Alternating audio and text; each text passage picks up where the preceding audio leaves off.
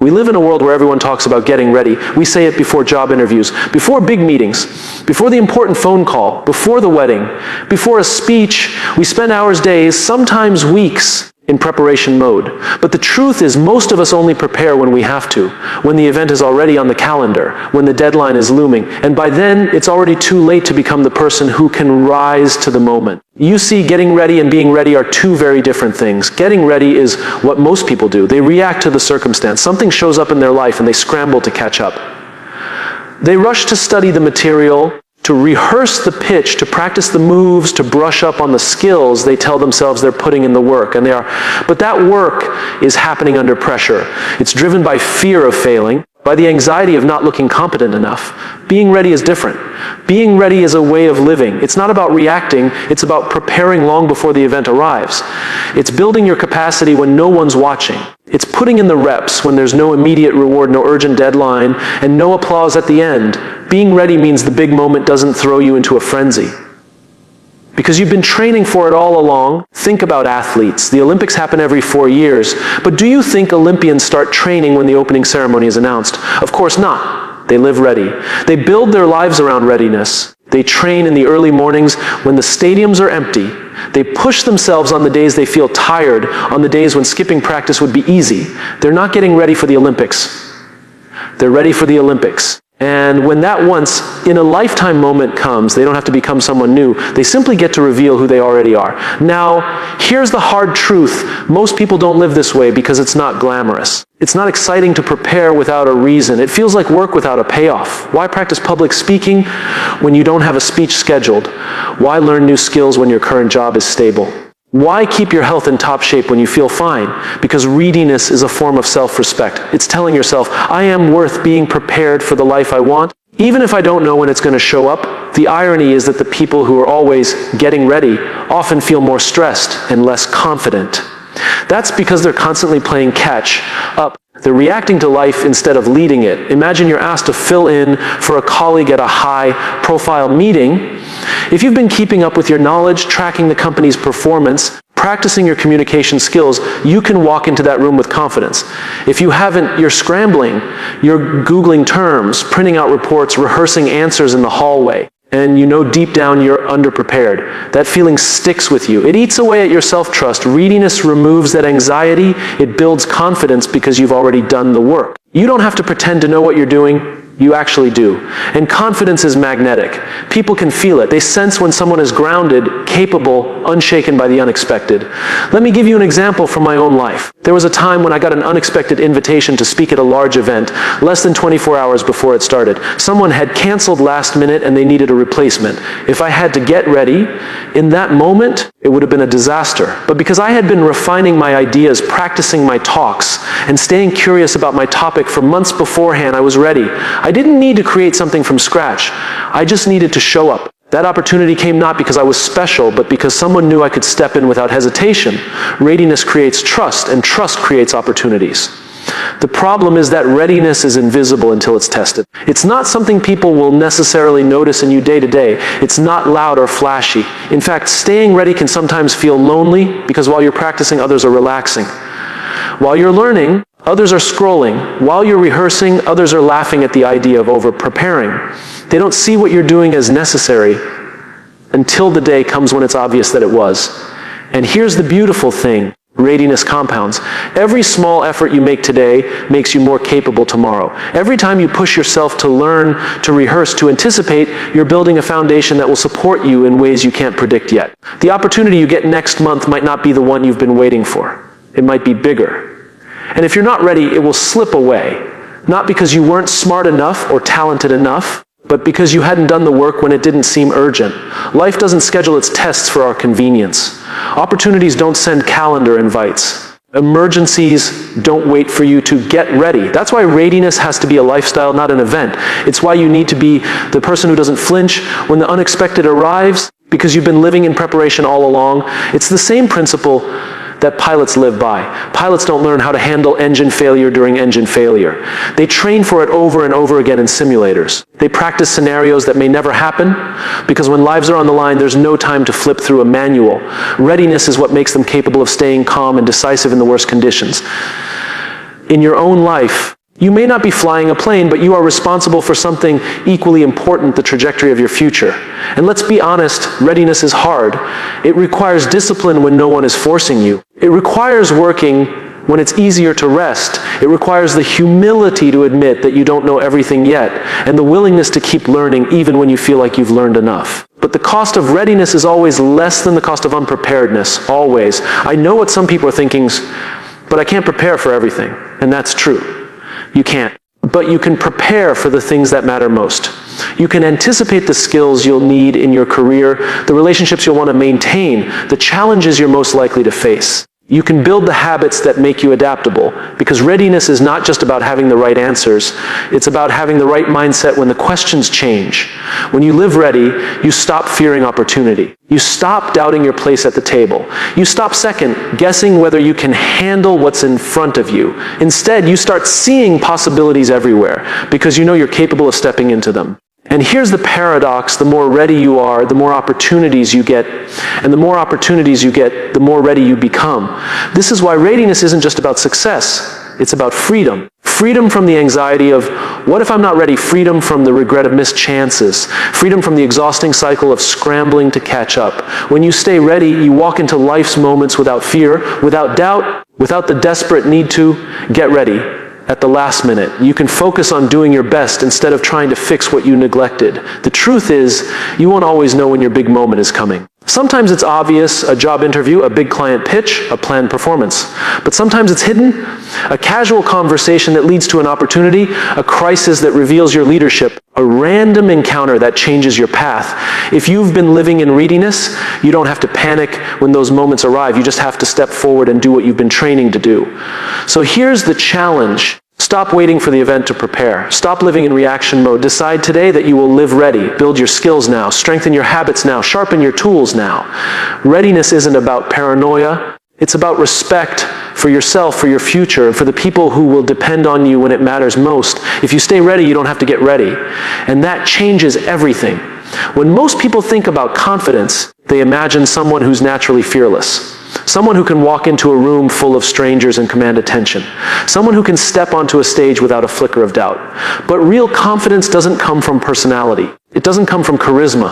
And it certainly doesn't come from pretending you're not scared. Real confidence comes from preparation. Preparation is the quiet work you do when no one's watching. It's the repetition, the practice, the hours of studying, rehearsing, and refining that give you the ability to face uncertainty with composure. You can't fake that. You can try, but sooner or later, life will put you in a situation where the cracks show. True confidence isn't the absence of fear, it's the presence of trust. Trust in your own readiness because you've put in the work. Think of a musician.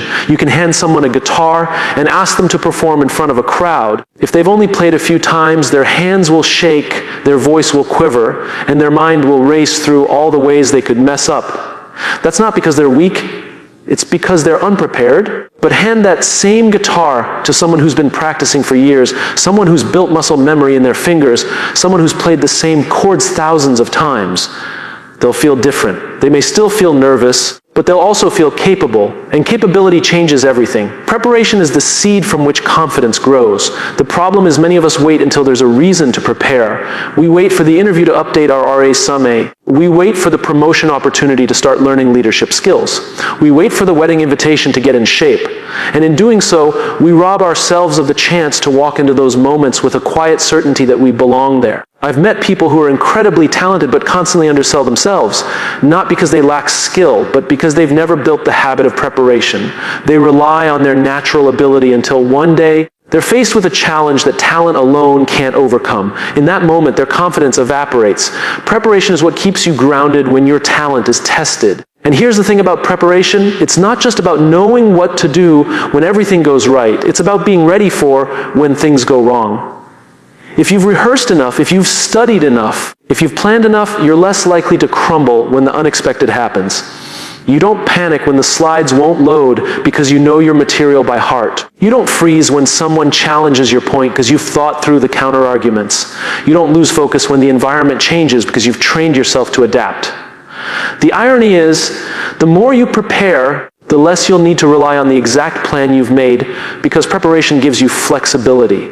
When you're prepared, you're not locked into one script. You're ready to navigate whatever unfolds. Confidence isn't about controlling every variable. It's about trusting yourself to handle them as they come. I once knew someone who had to deliver a presentation to a group of senior executives. He had rehearsed every word, memorized every slide, and planned every transition. But 10 minutes before he went on, the power went out in the building, no projector, no notes, just him and the audience. Most people would have panicked, but he didn't. He simply smiled, walked to the front, and gave the talk from memory. He knew his content so well that the slides had become optional. The executives were impressed, not because everything went according to plan, but because he was prepared enough to thrive when it didn't. This is the gift of preparation. It frees you from the need for perfect conditions.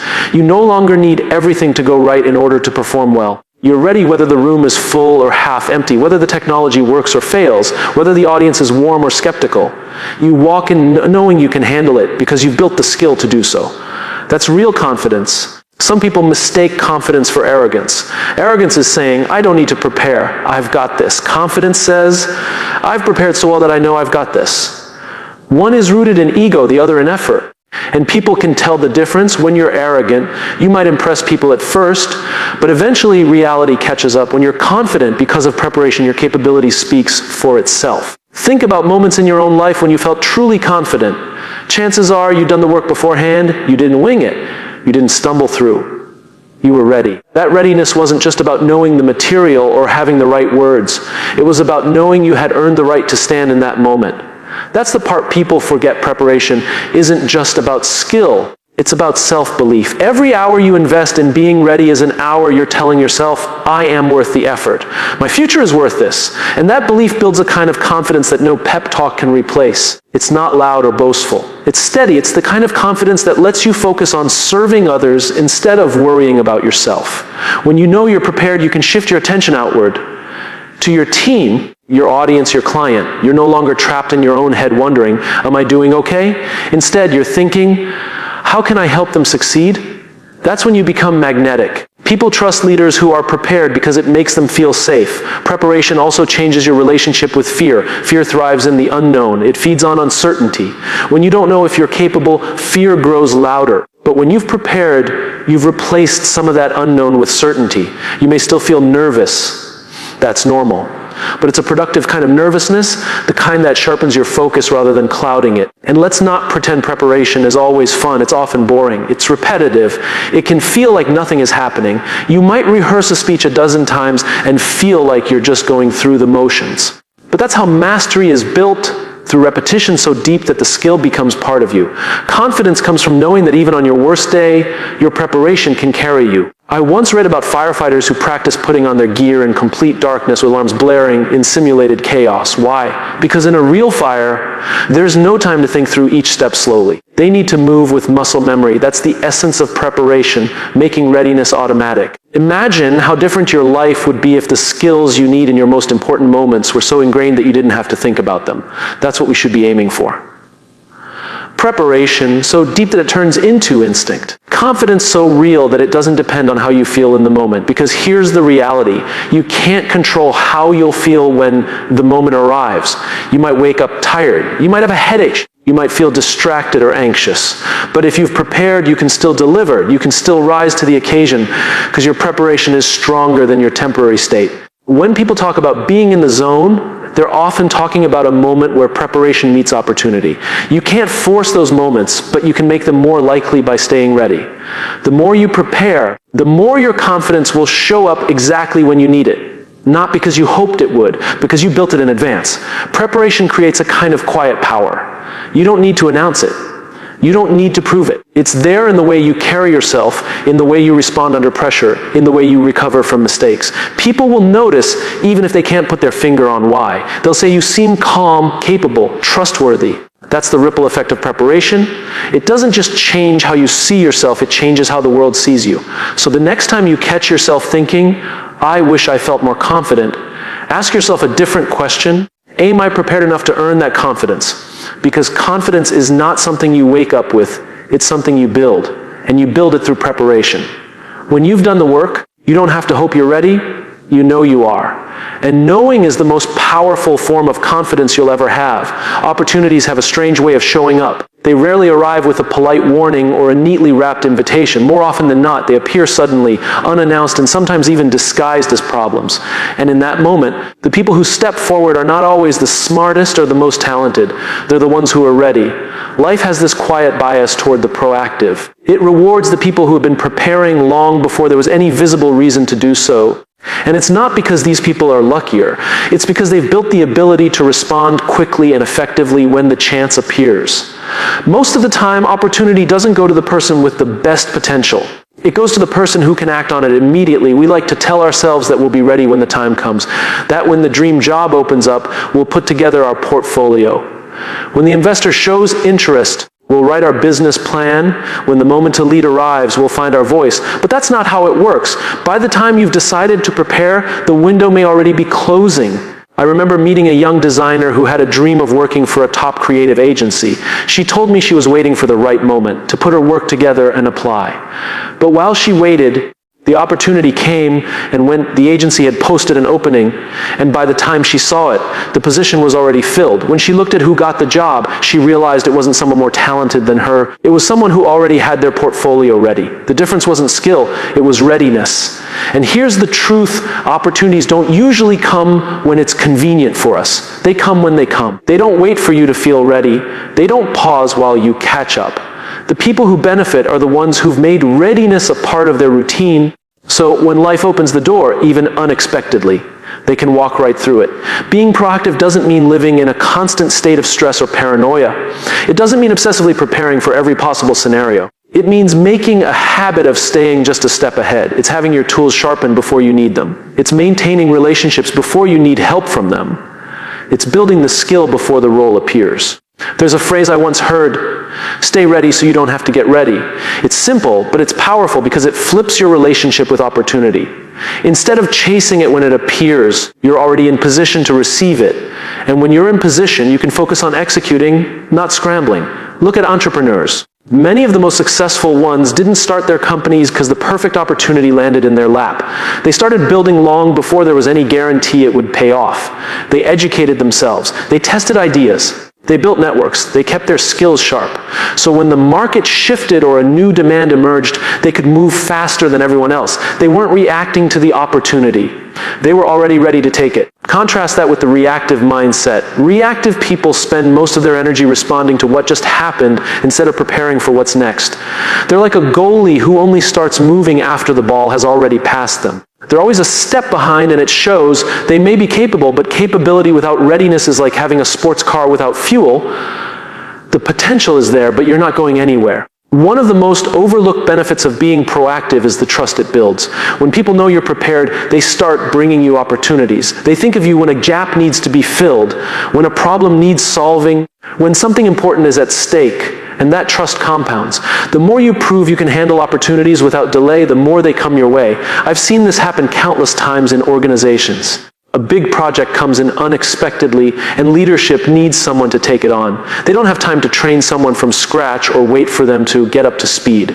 They give it to the person who has already been doing the work, quietly, consistently, without being asked. That person doesn't just get the project. They often get the promotion, the raise, the recognition. Not because they're better than everyone else, but because they've shown they're ready when it matters. And here's the interesting part: readiness itself becomes a magnet for opportunity. It's not just that you're able to take opportunities when they appear. You start attracting them. People want to work with you because you make their lives easier. They don't have to worry if you can deliver. They don't have to check in constantly. You've built a reputation for being dependable, adaptable, and prepared. The difference between those who live proactively and those who live reactively often comes down to mindset. The reactive person says, I'll prepare when I need to. The proactive person says, I'll prepare now so I'm ready whenever I'm needed. That simple shift changes everything. The reactive person is always in a rush, stressed, and often late to the game. The proactive person moves with calm and confidence because they've already done the work. This doesn't mean you have to live in overdrive. Proactivity is about pacing yourself. It's about doing small, consistent things that keep you sharp.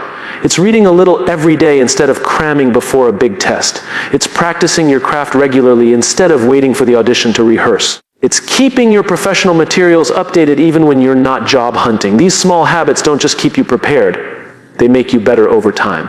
Sometimes the opportunity that appears isn't even the one you thought you were preparing for.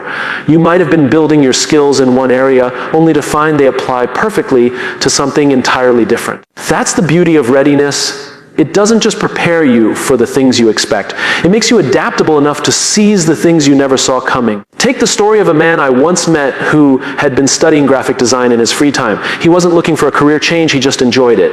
One day, his company needed marketing materials for an urgent campaign. Their usual designer was unavailable, so they asked if anyone could help. He stepped forward, delivered the work, and impressed the leadership so much that they offered him a role in the marketing department. He wasn't getting ready.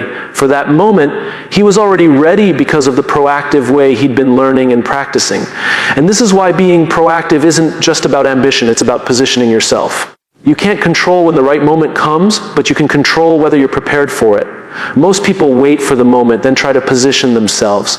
But by then, someone else, someone who stayed ready, has already taken the spot. Opportunities are not distributed evenly. They're filtered through perception.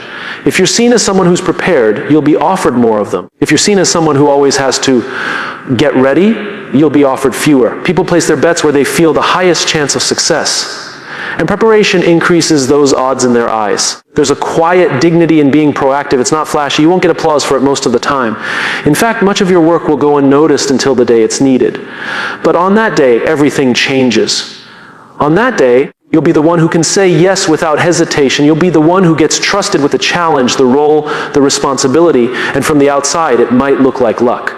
But you'll know better. Because the truth is, luck favors the prepared. It's not magic, it's math. The more prepared you are, the more moments you can take advantage of. The more moments you take advantage of, the more momentum you build. And momentum attracts even more opportunities. It's a cycle, and you can either watch it happen for someone else or step into it yourself. The choice is simple, but it's not easy. Living proactively means doing work without immediate payoff. It means practicing without applause. It means preparing for a stage you may not see yet. But if you want to be the one people call when it matters most, this is the price you pay. When the moment arrives, and you won't have to panic, scramble, or wish you'd started sooner. You'll simply step forward and do what you've been ready to do all along. And that's when you'll understand the truth life rewards the proactive, not the reactive. There's something powerful about the idea of small, consistent actions. We love the big moments in life, the championship game, the breakthrough performance, the deal that changes everything. Those are the moments we talk about, the ones we post about, the ones that make headlines. But those moments don't happen in isolation. They're built on the foundation of hundreds, even thousands of small, unglamorous actions that no one sees. It's human nature to want the quick fix, the dramatic transformation, the instant success story. We're drawn to the before and after pictures, to the overnight success headlines. But here's the reality. There is no overnight. Even the people we think became successful in a flash have often been working for years in the shadows. And that work wasn't just bursts of effort when inspiration struck. It was small, intentional, consistent actions that compounded over time. Consistency beats intensity. Most people rely on occasional bursts of effort. They cram before a big test. They hit the gym hard for 2 weeks before a vacation. They work around the clock the week before a deadline, but as soon as the moment passes, they stop. The cycle repeats. And each time they start over, they have to rebuild momentum from scratch. Small, consistent actions don't just prepare you for the big moments, they make the big moments easier. They make readiness a natural state instead of something you have to scramble for. Think of it like a savings account. If you deposit a small amount regularly, over time you build wealth. You don't have to panic when an expense comes up because you've been quietly building a reserve. Preparation works the same way. Every small action is a deposit into your readiness account. Take athletes as an example. You might see the highlight reel of their performance. But what you don't see are the hundreds of days of practice, the drills repeated over and over, the commitment to show up even on days when they don't feel like it. An athlete who trains consistently doesn't have to get in shape before the season. They're already in shape. And because they built that base, they can focus on refining their performance instead of scrambling to catch up. In everyday life, the principle is no different. If you're a speaker, you don't wait until you get invited to talk before you start practicing. You speak regularly, even if it's to a small group, even if it's just in front of a mirror. If you're in business, you don't wait for a crisis to start building relationships. You nurture them constantly so that when you need them, Trust is already there. If you're a student, you don't wait for finals week to start learning. You engage with the material a little every day, so that by the time the exam comes, it's just another day of doing what you've already been doing. What's interesting is that small, consistent actions have a multiplying effect. The more you do them, the easier they become. Habits work in your favor when they're positive. If you write a little every day, eventually writing doesn't feel like work. It feels natural. If you practice a skill regularly, it becomes second nature. This is how readiness becomes effortless. And yet, most people resist this approach because it doesn't feel urgent. The human brain is wired to prioritize what's urgent over what's important. Urgent demands our attention now. Important often whispers in the background. The problem is, by the time something important becomes urgent, it's often too late to do it well. Small, consistent actions keep the important things from ever becoming urgent crises. I once knew a leader who made it a point to read and learn something new every single day. Not because he had a big speech coming up, not because he was chasing a promotion, but because he believed in being prepared for whatever came his way. Years later, he was asked to step into a major leadership role with almost no notice. People around him were shocked at how seamlessly he stepped in, but it wasn't magic. It was the result of years of daily preparation. There's a compounding magic to this approach. Just as interest builds on itself in a savings account, skills build on themselves in life. A small amount of progress each day might not feel like much in the moment, but over a year, over 5 years, over a decade, it's transformative. The problem is, because the payoff isn't immediate, many people quit before they see results. They underestimate the power of the pounding effect because they can't see it working day to day. Small, consistent actions also make you resilient. When you've built habits over time, you can adapt more easily to change because you have a strong foundation. If you've been steadily improving your fitness, missing a week at the gym won't throw you off completely. If you've been gradually improving your public speaking, one bad presentation won't shake your confidence. If you've been nurturing your relationships consistently, one disagreement won't destroy the trust you've built. The opposite is also true. Sudden overhauls are fragile. They require enormous amounts of energy to start, and they fall apart quickly when something disrupts them. That's why crash diets, all-nighters, and last-minute sprints are rarely sustainable. They burn you out, and then you're back where you started. Readiness that's built on small, consistent actions is sustainable because it's part of your life, not a temporary push. We often overestimate what we can do in a short burst and underestimate what we can do over a long period. Writing one book in a week might be impossible, but writing 500 words a day for a year will give you a manuscript. Running a marathon tomorrow might be out of reach, but running a little every day can get you there within months. Learning a language in a weekend is unrealistic, but practicing for 15 minutes a day can make you fluent over time. And there's another layer to this. Small, consistent actions build identity. When you do something regularly, you start to see yourself differently. If you write every day, you begin to see yourself as a writer. If you train every day, you see yourself as an athlete. That shift in identity makes the habit even easier to maintain because you're no longer just doing an action. You're being the kind of person who does that action. Readiness isn't just about skills, it's about who you become in the process. Some people think they need motivation to take consistent action. But motivation is fickle, it comes and goes. If you rely on motivation, you only act when you feel like it. And those feelings will not be there every day. What you need instead is discipline. Discipline doesn't ask how you feel, it simply asks, what's the next small step? And that small step, repeated over and over, builds readiness in a way that bursts of motivation never could. There's a quiet satisfaction that comes from knowing you've done the work day after day. It doesn't require applause. It doesn't require recognition, deep down that you've been preparing. And when the opportunity comes, you'll be able to step into it without hesitation because you've been training for it all along. If you look at the people you admire in any field, you'll notice something. They rarely talk about getting ready. They're always in motion. They're always refining, improving, practicing, learning. Not frantically, not desperately, just steadily. That steadiness is their secret weapon. It's why they can handle pressure with grace. It's why they can seize opportunities with confidence. It's why they rarely get caught unprepared.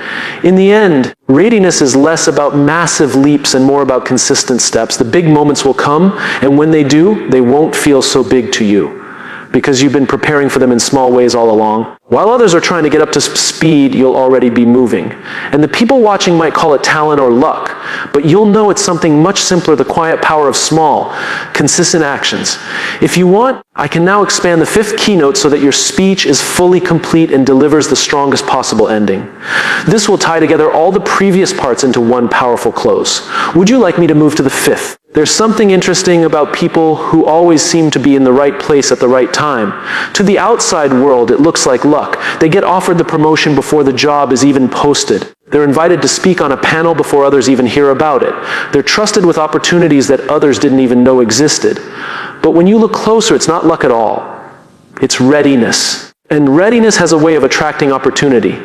Opportunity is like a guest who shows up unannounced. It doesn't always knock. Sometimes it just walks in. And it's far more likely to walk into the lives of people who already have space prepared for it. You can't control exactly when it will arrive, but you can control whether your table is set, the chairs are ready, and the lights are on. The truth is, opportunity is drawn to those who can act on it immediately.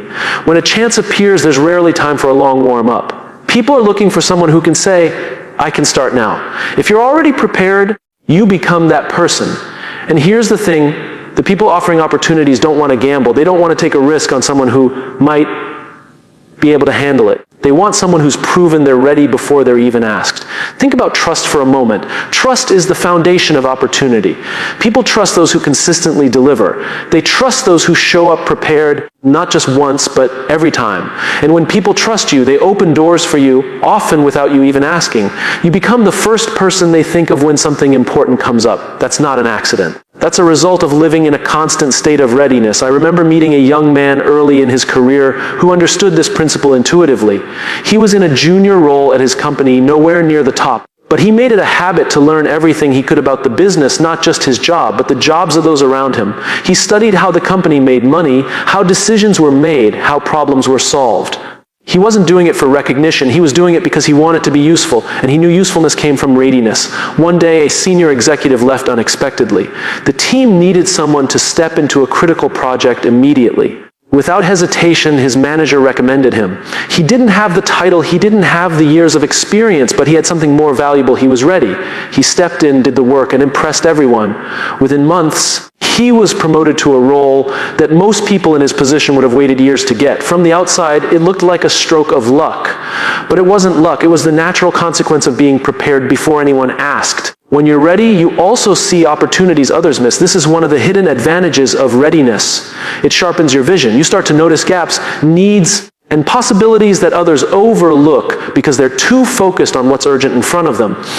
You see where you could add value, and because you're already equipped to act, you can step in without delay. Imagine two people walking down the same street. One is distracted, thinking only about the meeting they're rushing to. The other is alert, scanning their surroundings. A chance encounter happens. Someone important is standing nearby. Open to conversation, the distracted person walks right past. The ready person sees the opening and makes the connection. Same environment, same moment, completely different outcomes. That difference comes down to awareness. And awareness is a byproduct of readiness. The more you live ready, the more you begin to attract people who value that quality. Colleagues, leaders, clients, they want to be around someone who reduces uncertainty. They want to work with someone who isn't thrown off by surprises, who doesn't crumble under pressure, who can adapt and deliver. Readiness is magnetic because it makes other people's lives easier. And when you make other people's lives easier, they invite you into more rooms, more conversations, and more decisions. Of course, attracting opportunity doesn't mean every opportunity is the one you want. Sometimes you'll be ready for something that doesn't align with your vision. That's okay. Readiness doesn't mean saying yes to everything. It means having the freedom to choose. And that's one of the most underrated benefits of living ready. You're not forced to take every chance out of desperation. You can say yes when it's right and no when it's not, because you know more opportunities will come.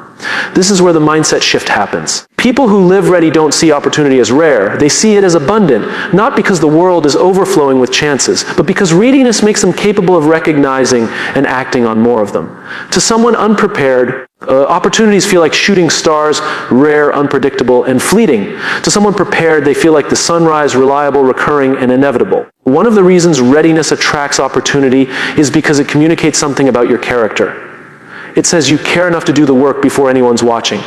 It says you're disciplined enough to prepare even when no one is forcing you. It says you're committed enough to stay consistent over time. Those qualities are rare, and people notice them. They might not compliment you on them every day, but they store that information away.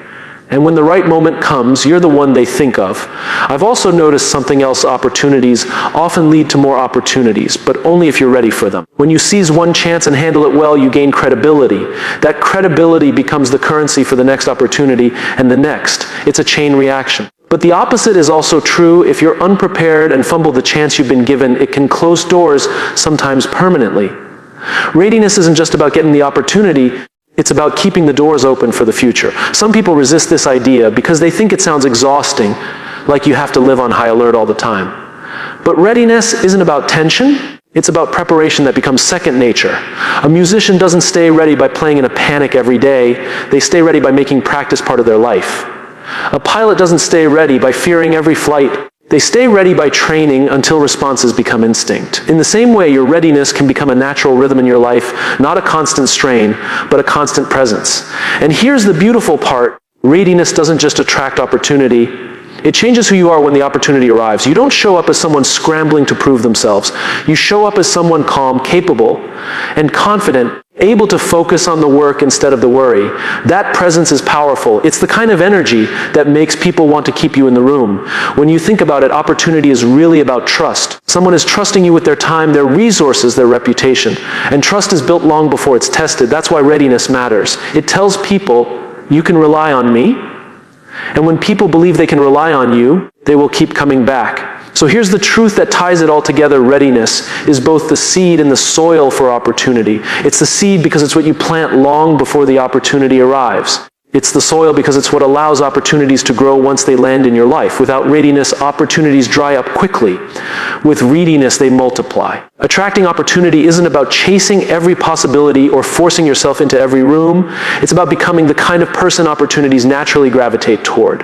The kind of person who's prepared, trusted, and dependable. The kind of person who's ready not just once, but always. And the beautiful thing is anyone can become that person. You don't need permission. You don't need to wait for a signal. You just need to start living as if the opportunity you've been waiting for could show up tomorrow, because it could. And when it does, you won't have to get ready. You'll already be there, standing in the right place, at the right time, not by chance, but by choice.